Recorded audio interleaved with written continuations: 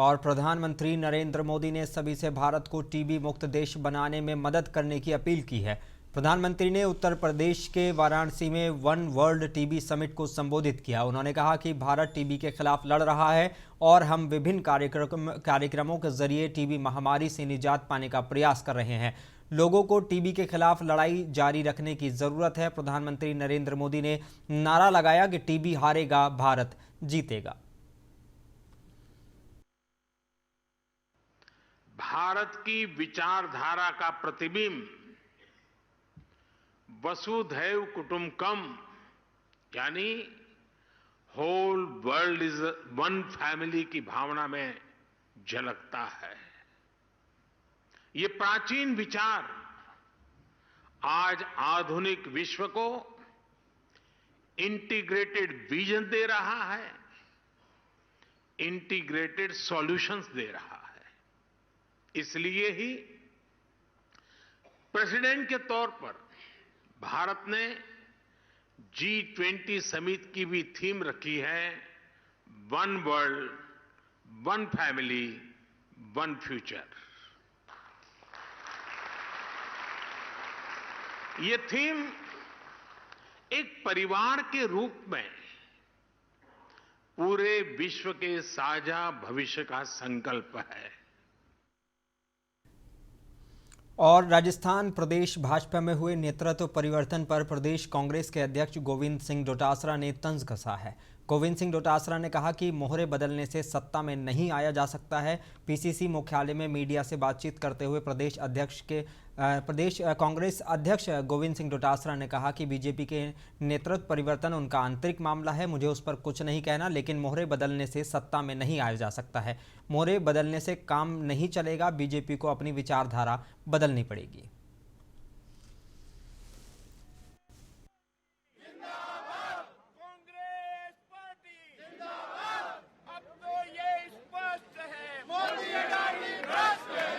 शहीद भगत सिंह, सुखदेव, राजगुरु ने हंसते हंसते फांसी पे चढ़ के अपने देश के लिए, उसी प्रकार इस देश को बचाने के लिए राहुल गांधी जी के नेतृत्व में हम सब कांग्रेस के कार्यकर्ता, चाहे हमें कितनी भी कठिन परीक्षा देनी पड़े, उसके लिए हम तैयार हैं।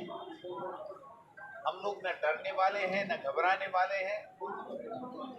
हम लोग इनका डट के मुकाबला करेंगे, इनको सत्ता से हटा के रहेंगे। और राजधानी जयपुर में राइट टू हेल्थ बिल के विरोध में प्रदर्शन कर रहे डॉक्टरों के कारण मरीजों की जान पर बनाई है। रेजिडेंट्स की हड़ताल ने भी परेशानी में इजाफा कर दिया है। जयपुर सहित उदयपुर, कोटा, अजमेर, जोधपुर में प्राइवेट डॉक्टरों के साथ हड़ताली रेजिडेंट्स ने सड़कों पर प्रदर्शन किया है। काम नहीं होने के कारण इन जिलों के हॉस्पिटल्स में 300 से ज़्यादा ऑपरेशंस को टालना पड़ा है।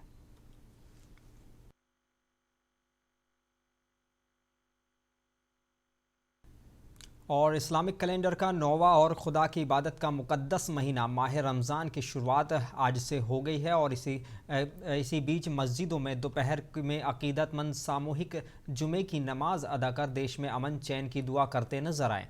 गुरुवार रात को रमज़ान की विशेष नमाज पहली तरावी पढ़ी गई। बाज़ारों में खजूर से लेकर अन्य सामानों की खरीदारी जारी है। मस्जिदों में नमाज के खास इंतज़ाम किए गए हैं। वहीं जयपुर की जामा मस्जिद में भी लोग बड़ी तादाद में जुमे की नमाज अदा करने पहुंचे।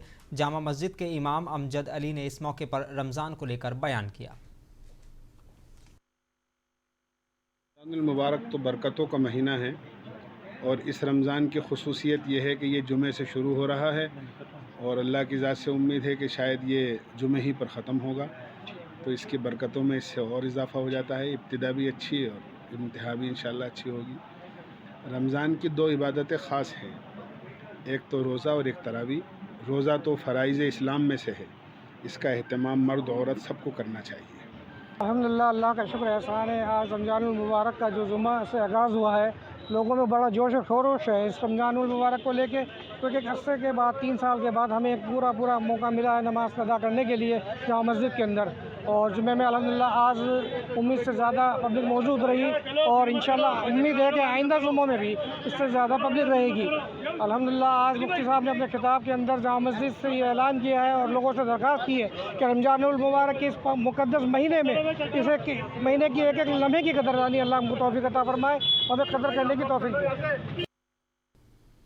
और भारत नेपाल सीमा पर रुपाईडीहा कस्बे में पंजाब के भगौड़े अमृतपाल सिंह का पोस्टर लगाया गया है। साथ ही उसके 2 साथियों की फोटो चस्पा कर देखे जाने पर पुलिस और एसएसबी को सूचना दिए जाने की बात लोगों से कही जा रही है। शिकंजा कसने के लिए एसएसबी बॉर्डर से गुजरने वाले विशेष परिधानों और हुलिये वाले लोगों की विशेष जांच कर रही है।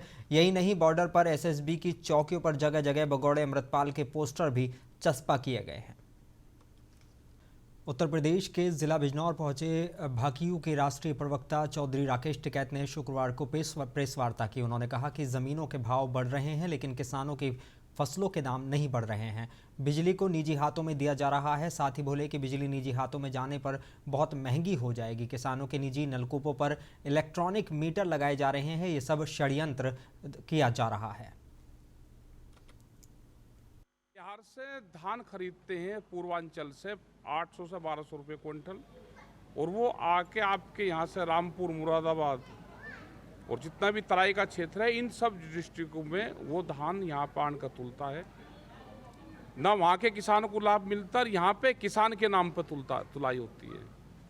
तो जो सरकार खरीद भी कर रही है वो भी व्यापारियों का ज़्यादा खरीद कर रही है। आपने देखा होगा हजारों ट्रक आपके बिजनौर से भी धान और फसलों के निकलते हैं, क्योंकि ये बड़े उद्योगपतियों की सरकार है।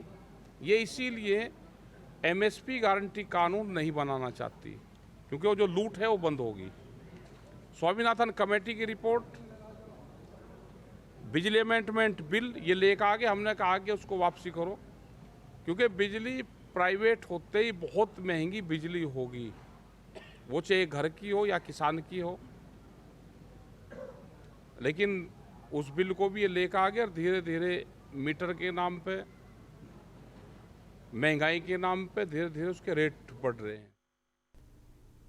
और बिजनौर में फरार इनामी कुख्यात बदमाश आदित्य राणा के भाई चंद्रवीर उर्फ बिट्टू को मुठभेड़ के दौरान पुलिस ने गिरफ्तार किया है। इस दौरान बदमाश आदित्य राणा और उसके साथियों ने पुलिस पर फायरिंग की। ईख के खेतों की आड़ में छिपकर आदित्य राणा और उसके साथी फरार होने में कामयाब हो गए, लेकिन पुलिस ने आदित्य राणा के सगे भाई चंद्रवीर उर्फ बिट्टू को गिरफ्तार करने में कामयाबी हासिल की है। आरोपी के पास से अवैध तमंचा और कई कारतूस बरामद किए गए हैं।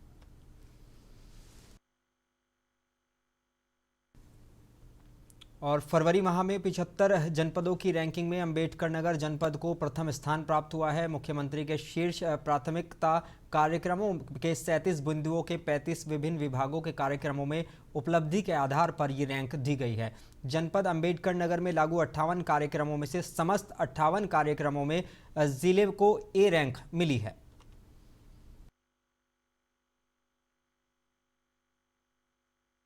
आज कार्यक्रम कार्यान्वयन विभाग उत्तर प्रदेश द्वारा जारी की गई माह फरवरी की जो 75 जनपदों की रैंकिंग में अंबेडकर नगर जनपद को प्रथम स्थान प्राप्त हुआ है। माननीय मुख्यमंत्री जी के शीर्ष प्राथमिकता कार्यक्रमों के 37 बिंदुओं के 35 विभिन्न विभागों के कार्यक्रमों में उपलब्धि के आधार पर यह रैंक निर्धारित की जाती है। जनपद अंबेडकर नगर में लागू 58 कार्यक्रमों में से समस्त 58 कार्यक्रमों में ए रैंक मिली हुई है, और इसका जो श्रेय मुख्य रूप से मुख्य विकास अधिकारी श्री अनुराग जैन जी और उनकी समस्त जो टीम है उसको जाता है।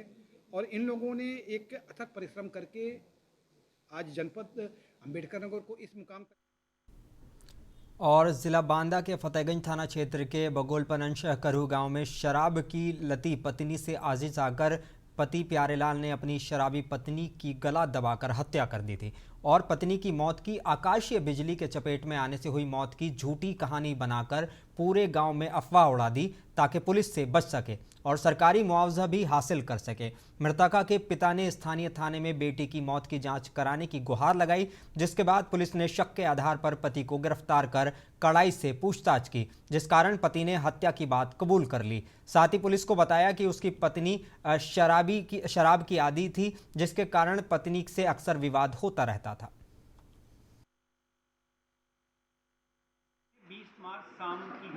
थाना फतेहगंज जनपद बांदा के गांव बघोलन की घटना है। एक व्यक्ति ने अपनी पत्नी, जिसकी उम्र लगभग 30 वर्ष थी, गला घोंटकर हत्या कर दी थी और लोगों को गुमराह करने के उद्देश्य उसने ये बात फैला दी कि उसकी पत्नी की मृत्यु आकाशीय बिजली गिरने से हुई। इस बात पर स्थानीय पुलिस तत्काल मौके पर पहुंचकर पंचायतनामा पोस्टमार्टम की कार्रवाई की। पोस्टमार्टम से खुलासा हुआ कि उसकी गला दबा के हत्या हुई थी।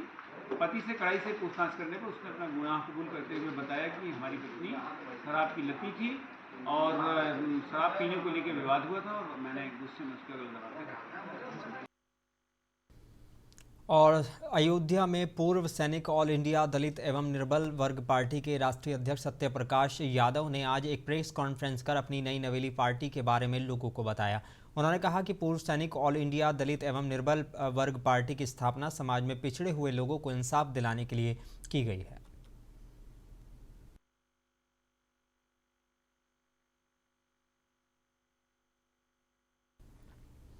और उत्तर प्रदेश के लखीमपुर खीरी में यातायात व्यवस्था को सुचारू रूप से संचालित करने के उद्देश्य से शहर के संकटा देवी चौराहे के 50 मीटर के दायरे को नो वेंडिंग, नो पार्किंग और नो स्टॉपिंग जोन घोषित किया गया है। बता दें कि ये नियम आज से लागू हो गया है। नो पार्किंग जोन में वाहन खड़ा करने वाले, ठेला लगाने वाले और गुमटी रखने वालों पर जुर्माने की कार्यवाही की जाएगी।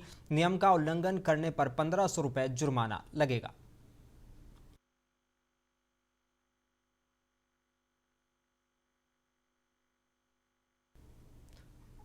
और उत्तर प्रदेश के अमरोहा नगर के गांधी मूर्ति पर आज भारतीय जनता पार्टी के कार्यकर्ता पदाधिकारियों ने नगर मंडल अध्यक्ष प्रेम सिंह सैनी के नेतृत्व में जिला अध्यक्ष ऋषिपाल नागर की अध्यक्षता में राहुल गांधी की संसद की सदस्यता रद्द होने की खुशी का इजहार किया।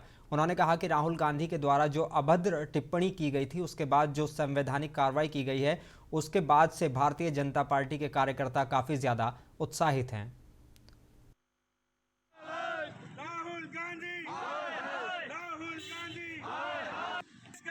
कैसा हो नरेंद्र मोदी जैसा हो, देश का नेता कैसा हो नरेंद्र मोदी जैसा हो, देश का नेता कैसा हो राहुल गांधी।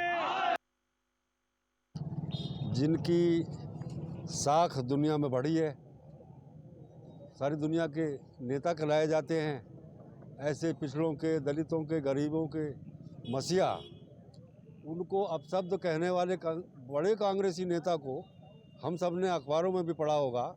एक अदालत में एक मुकदमा विचाराधीन था, उन्होंने उनको अपशब्द कहा था और उस मुकदमे में उनको 2 साल की सज़ा हुई है।